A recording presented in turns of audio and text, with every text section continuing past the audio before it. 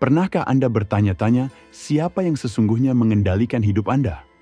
Apakah dunia luar yang tak menentu?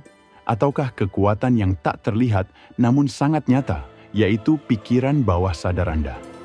Di kedalaman pikiran kita terdapat dunia yang tak kasat mata, namun ia membentuk segalanya, reaksi kita, keputusan kita, bahkan nasib kita. Pikiran bawah sadar adalah tanah tempat benih pikiran tumbuh menjadi pohon tindakan.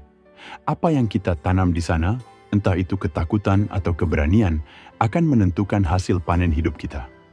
Kita adalah makhluk yang rentan terhadap emosi, amarah yang meledak tiba-tiba, kecemasan yang menyusup perlahan, keinginan yang menguasai seperti raja tiran.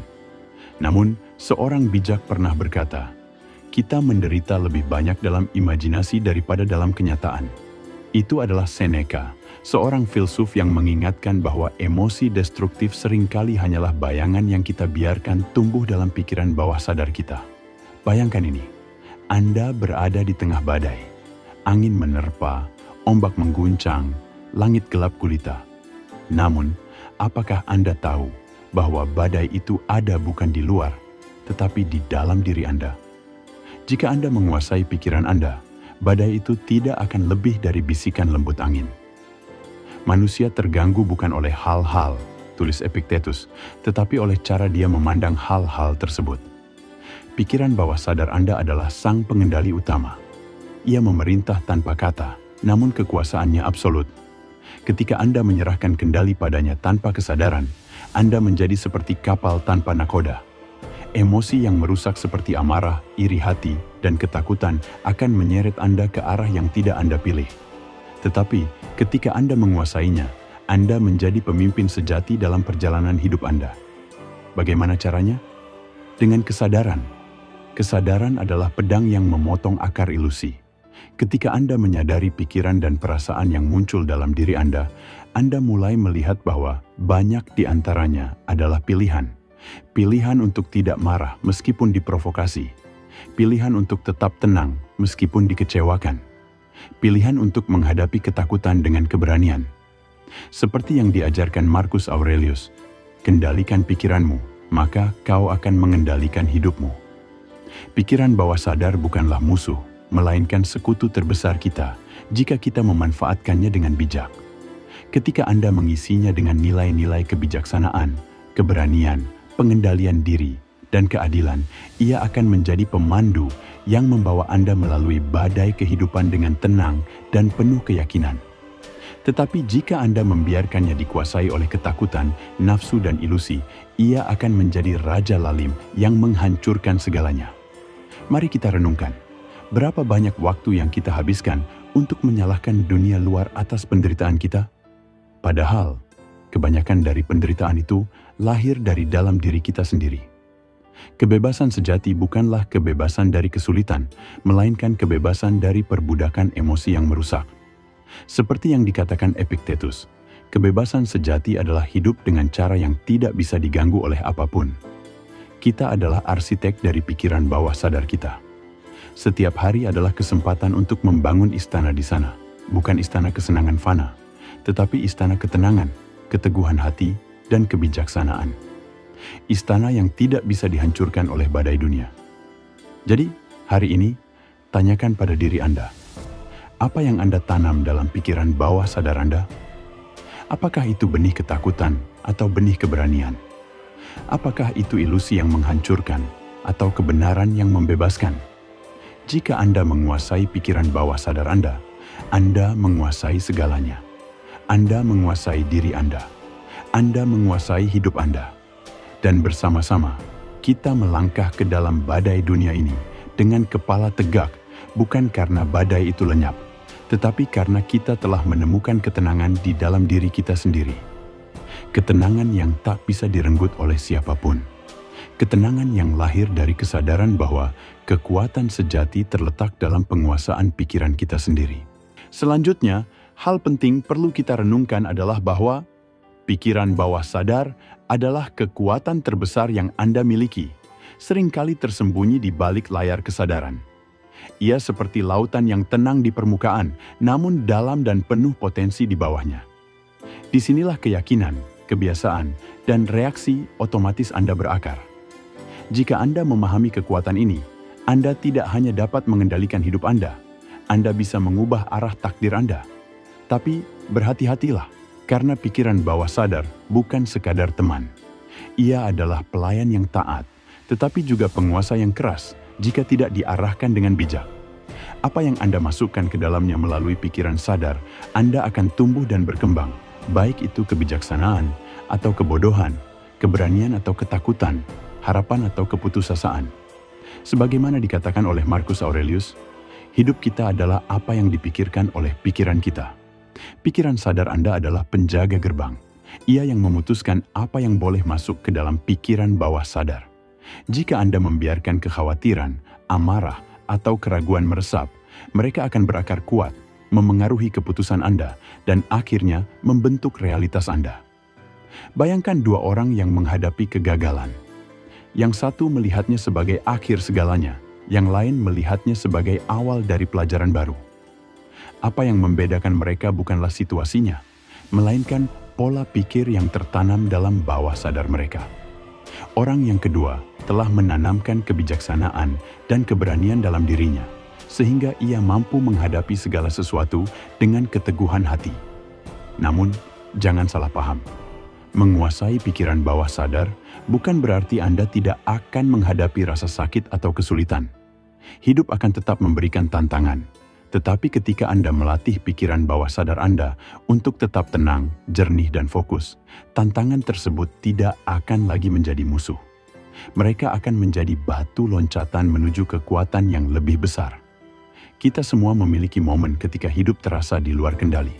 Namun ingatlah, Anda selalu memiliki kendali atas bagaimana Anda merespons. Emosi yang merusak seperti amarah, dendam, atau ketakutan hanya memiliki kekuatan jika Anda mengizinkannya. Dia yang mampu menaklukkan dirinya sendiri, tulis Epictetus, lebih kuat daripada dia yang menaklukkan kota.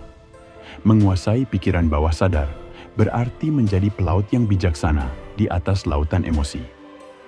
Ketika angin kencang bertiup, Anda tidak mengutuk badai, tetapi mengarahkan layar Anda untuk menggunakannya sebagai tenaga pendorong. Anda tidak dapat mengendalikan dunia luar, tetapi Anda dapat mengendalikan bagaimana dunia luar memengaruhi Anda. Mulailah dari yang sederhana. Latih pikiran sadar Anda untuk memperhatikan setiap pikiran yang muncul. Ubah setiap pikiran negatif menjadi peluang untuk belajar. Setiap kali Anda merasa terjebak dalam kecemasan atau amarah, tarik napas panjang dan tanyakan pada diri sendiri, apakah ini hal yang berada dalam kendali saya? Jika tidak, lepaskan. Jika ya, ambil tindakan terbaik. Bukan tindakan besar yang akan mengubah hidup Anda, tetapi tindakan kecil yang terus-menerus diarahkan pada tujuan yang jelas.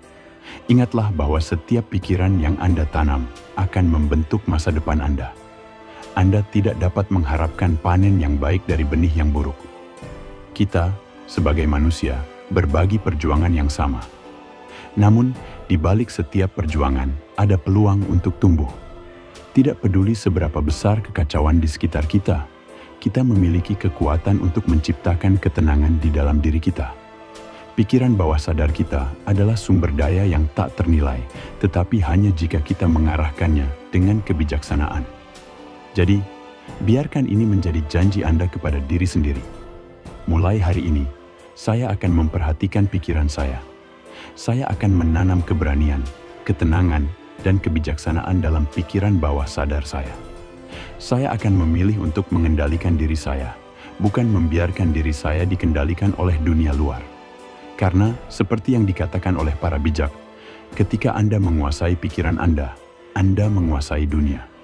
Anda adalah arsitek dari realitas Anda sendiri, dan pikiran bawah sadar Anda adalah alat paling dahsyat untuk menciptakannya. Manfaatkan dengan bijaksana. Dan ingatlah, kekuatan itu ada di dalam diri kita semua.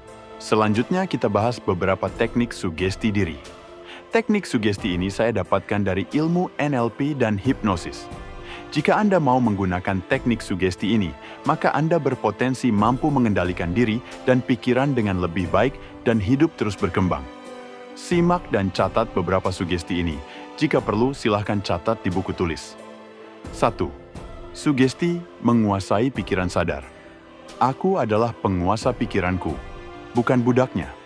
Aku memilih apa yang kupikirkan dengan penuh kesadaran. Setiap hari, pikiranku menjadi lebih jernih, lebih tenang, dan lebih terkendali. Aku mampu menghadapi setiap tantangan dengan kebijaksanaan dan ketenangan. Aku hanya memberi ruang dalam pikiranku untuk hal-hal yang membangun dan menguatkan diriku. Aku sepenuhnya sadar bahwa setiap pikiran positif membawa perubahan besar dalam hidupku. 2. Sugesti untuk menguasai pikiran bawah sadar. Pikiran bawah sadarku dipenuhi dengan keyakinan yang positif dan memberdayakan. Aku menanamkan kebijaksanaan, keberanian, dan kedamaian ke dalam bawah sadarku. Setiap kata yang aku ucapkan menguatkan keyakinan diriku dan membimbingku menuju kesuksesan. Pikiran bawah sadarku bekerja siang dan malam untuk membantuku mencapai tujuan-tujuanku. Aku dengan mudah mengubah pikiran negatif menjadi positif dan bawah sadarku mendukung transformasi ini. 3. Sugesti untuk mengendalikan emosi. Aku mampu mengendalikan emosiku dalam situasi apapun. Setiap amarah yang muncul, aku ubah menjadi kekuatan untuk belajar dan tumbuh. Ketika aku merasa cemas, aku memilih untuk bernapas dalam dan menemukan ketenangan dalam diriku. Aku adalah tuan atas emosiku. Aku tidak membiarkan mereka menguasai diriku. Dengan setiap tantangan, emosiku menjadi lebih tenang dan pikiranku lebih kuat. Nah, itulah beberapa sugesti diri yang dapat kita gunakan untuk mengendalikan diri sendiri, pikiran dan emosi, agar kita menjadi pribadi-pribadi yang terus berkembang. Yang perlu Anda lakukan adalah pilih beberapa sugesti tersebut dan gunakan dalam kehidupan sehari-hari, dengan cara menulis dan mengucapkannya dengan jelas dan tegas dalam hati. Semakin sering diucapkan dalam hati, semakin kuat pula efeknya dalam kehidupan kita sendiri. Demikianlah sugesti tersebut juga mengakhiri pembahasan kita kali ini. Semoga bermanfaat dan sampai jumpa pada video berikutnya.